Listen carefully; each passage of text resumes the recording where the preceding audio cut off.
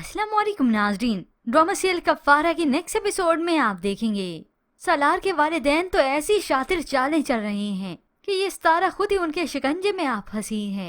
और उधर सालार जिसे सितारा से ज्यादा उसके घर वालों की फिक्र है, वो जुहेब की बेल करवाने के इंतजाम तो पहले ही करवा चुका था और सितारा को यही लगा कि वही उसकी बेल करवाने जा रही है। मगर सालार को ये बात अच्छी नहीं लगती कि सितारा अब मेरे माँ बाप के सहारे पर है, उनका नाम इस्तेमाल कर रही है। वो तो किसी के सगे नहीं बनते। वो तो दो टोक सितारा को कह भी देता है जब सितारा ने उससे कहा कि आप नहीं आते क्या? अगर तुम मेरी मोहब्बत और मेरी बीवी बनकर मुझे बुलाती ना तो मैं तो जहन्नुम भी आ जाता, लेकिन ताहिर सिकंदर की बहू बनकर कहोगी तो मैं तुम्हारे ख्याल में भी नहीं आऊंगा। आखिर लगा सालार के वालिद का तीर निशाने पर। यही कुछ तो करना चाहते थे, इन दोनों को आमने सामने। सालार और सितारा जो कि ताया के घर पर आए हैं, किसी को क्या खबर थी कि ये किरण तो खुदकुशी करने वाली थी। ये तो सितारा ऐन वक्त पर आकर उसे बचा लेती है।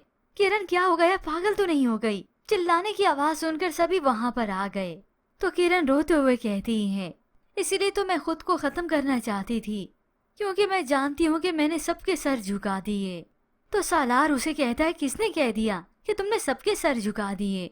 मैं मानता हूँ कि इनसे गलती हुई है, लेकिन इसका मतलब ये नहीं कि इंसान और गुनाह कर ले।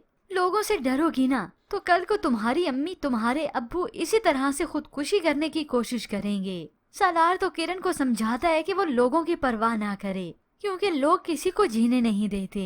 ये सब सुनकर तो किरण और भी ज्यादा शर्मिंदा होगी कि मैंने इस सालार और सितारा के साथ कितना बुरा किया। तो उधर निम्मी भी अपना अंजाम भुगती रही है, क्योंकि ये कासिम तो उसे बदनाम करके मेंटल कहकर कमरे में बंद किए रखता है। तो ये निम्मी भी उसे धमकी दे ही देती है कि वो इस कासिम को उसके घर वालों के सामने एक्सपोज करेगी, फिर सितारा के सामने। तो ये कासिम इस निम्मी पर तशद्दुद ही करता है, उसे बेड पर ही पटक दिया, क्योंकि ये कासिम तो इस निम्मी को चुन चुन के मारना चाहता है। जो कुछ उसने सोचा था वो कर भी रहा है। यूं ही कुछ वक्त बीतने के बाद ये ज़ाहिरा बेगम सालार के वालिदैन के पास आ गई, क्योंकि सालार के वालिदैन सितारा के कांधे पर रखकर बंदूक जो चला रही हैं और अपनी सियासत अलग से चमका रही हैं।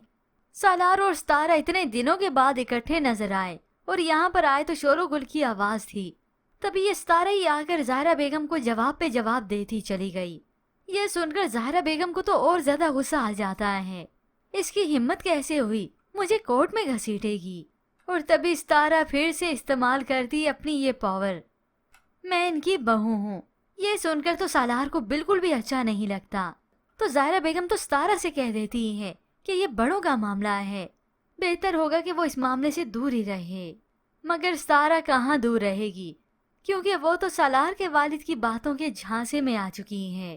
तभी तो सालार नाराज होकर सितारा से यहाँ से ही चला जाता है कि न मैं यहाँ पर हूँगा न इसके मामले में बोलूँगा। ये अलग बात है जब सितारा को मालूम होगा सालार के वालिदैन के इस गलत इरादे के बारे में, तब उसके पास सिवाय पछतावे की कुछ नहीं रहेगा।